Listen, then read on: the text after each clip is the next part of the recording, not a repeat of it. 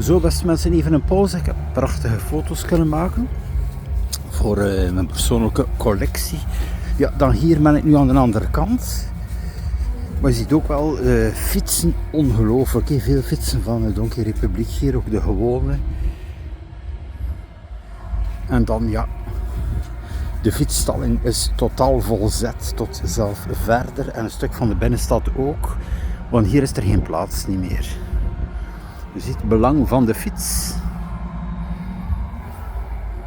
Zo, ik ga nu binnen langs hier, waar dat er staat dus met een bandje.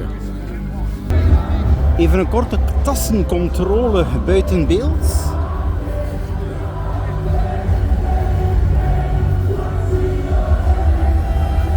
Hier is er blijkbaar ambiance.